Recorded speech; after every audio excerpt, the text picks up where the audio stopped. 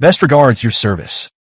Well, I'm here with another robotics training session, and as mentioned in the previous session, in this session we want to teach you about PWM using microcontrollers so you can see that. How can you actually generate PWM using a microcontroller? In the previous session, you learned how to generate PWM using a 5-pin IC. And using that method had limitations, the biggest limitation being that it was hard to control and had to be adjusted by changing the resistance, and changes to the circuit itself would actually change this PWM, meaning we would change the waveform.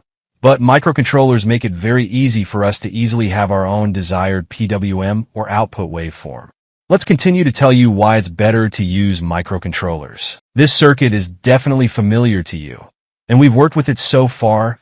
It's a motor, it's a transistor, and everything is the same. What changes here is the IC that we use, and this time, instead of the 570 and 550 ICs, I put an IC from the Avia family and an Atmega 8 here. The 8-core IC has both SMD and DIP types, which you can use depending on the circuit. I also came here for the input of this IC. I put 2 buttons here. In fact, you can put buttons or buttons so that by pressing those buttons you can actually control the output of the PWM.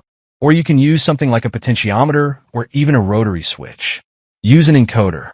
Let me explain to you what a rotary encoder is. It is actually a type of component that is very similar to a potentiometer, except that you must have seen in these car recordings that you turn this volume. It's not like a potentiometer that reaches the end and then stops.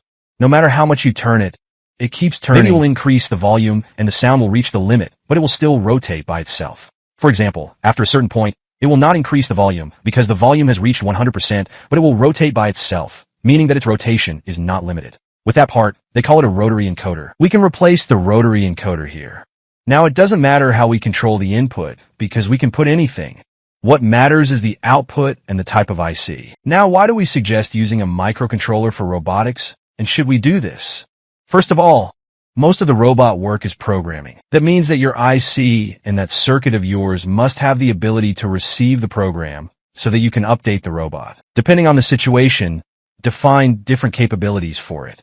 Well, you can't have a very versatile robot with ICs like 555 or ICs that are not programmable at all, and the robot you build will be limited. It is better to use microcontrollers on the board. And the next issue, which is still more related to the first one, is that, for example, if I want to change the PWM wave, I don't have to add a resistor or put another resistor and change the hardware structure of the circuit.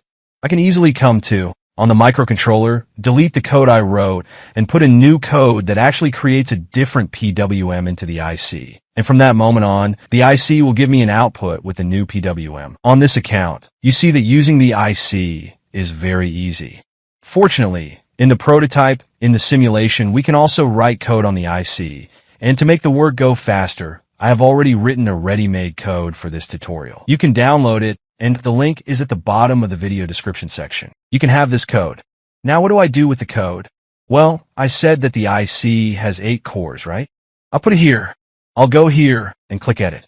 From here, you can see the program file. You select this folder, and this code that I put for you is 5 kilohertz. The trick is that the code that I didn't put here can create a frequency for us between 5 and 7 kilohertz. That is, in fact, we can have a variable frequency on this IC, which is again one of the capabilities of microcontrollers. I select this and click Open. When I do that, this code is actually poured into this IC. In the real world, it looks like you have programmed the IC. And here I can have 2 different voltages. As you can see, here the voltage related to the IC is 5 volts because the IC works with 5 volts, 3 3/10 or 5 volts. And the working voltage of the motor itself is different from the 12 volts, which is controlled by a transistor, and that's it. So when I've done this, I'll run the simulation, our oscilloscope that we have connected here. Well, and you can see that the output pin that is now in the code, you can define the pins that will be in the future. In more advanced courses, I will teach you all this, how to even write code. This output pin that I defined in the code, which one it is, I connected it to the base pin of the transistor using a Pons resistor. And I'll do the simulation. I'll simulate it. So here you have the PWM wave. You can see that there is a wave that the IC is currently outputting to me. Now I'll pull this oscilloscope down. I'll hold it down, and you can see the wave if I come. With this overall work done, you can see that the wave, the PWM output wave, is different. It changes, as you can see. Look, I did this once. You can see that the wave is changing, as you can see. And now if I come and play this one, the wave will change again, and you can see the changes. See, I change very easily, and the wave changes too. In fact, I'm changing between 5 kilos and 100 kilos, just like you're saying when I click on the bad banana. The wave is getting bigger. You can see it here. And if I want to rotate this way, for example, the shape of the wave changes very easily. When I'm changing the waveform and changing the waveform itself, you can also pay attention to the speed of this motor, because the purpose of this PW is to change the speed of the motor, right? I can change the speed of the motor by doing this. The body is constantly changing, and you can see that the engine is also doing its job just as easily, and you can do the PWM yourself using an IC. Now, it is not necessary that the IC you use is, for example, an Atomic 8 or any other IC. You can easily find one from the AVR family. You can also use Arduinos, which is my suggestion, and we also want to use microcontrollers in the next sessions. To physically and realistically implement the robot, we will use Arduino. Arduino, in fact, its central IC is also from the AVR family. That is, from the same family of processors. The processor area is 328. If you take an Arduino Nano or Uno and look at its IC count, you will see that it has 328 cores. This 328 means that, in fact, it has more memory than the Atomic 8. Why? The Atomic 8, with 8 kilos, should have a memory of its own, but it has 32 kilos. 32 kilos should have programming protection, and you can easily write a lot of heavy code for Trio. Well, I'll keep the simulation, and you'll see how easy it is to implement our own circuit using microcontrollers. Now here I'll give a brief explanation so that you can actually easily understand that the microcontroller is the main brain of our robot. If we want to start a robot based on a microcontroller, for example, an 8-core processor, you can see that we can use 4 of its legs and connect 4, for example, motors to it. If our robot is a robotic robot, you will need a motor to move the robot's fingers. For example, you will need a motor to rotate the robot in directions. You will need one to move the arm up and down, and one to move it forward and backward. So we will need 4 motors for the robotic arm.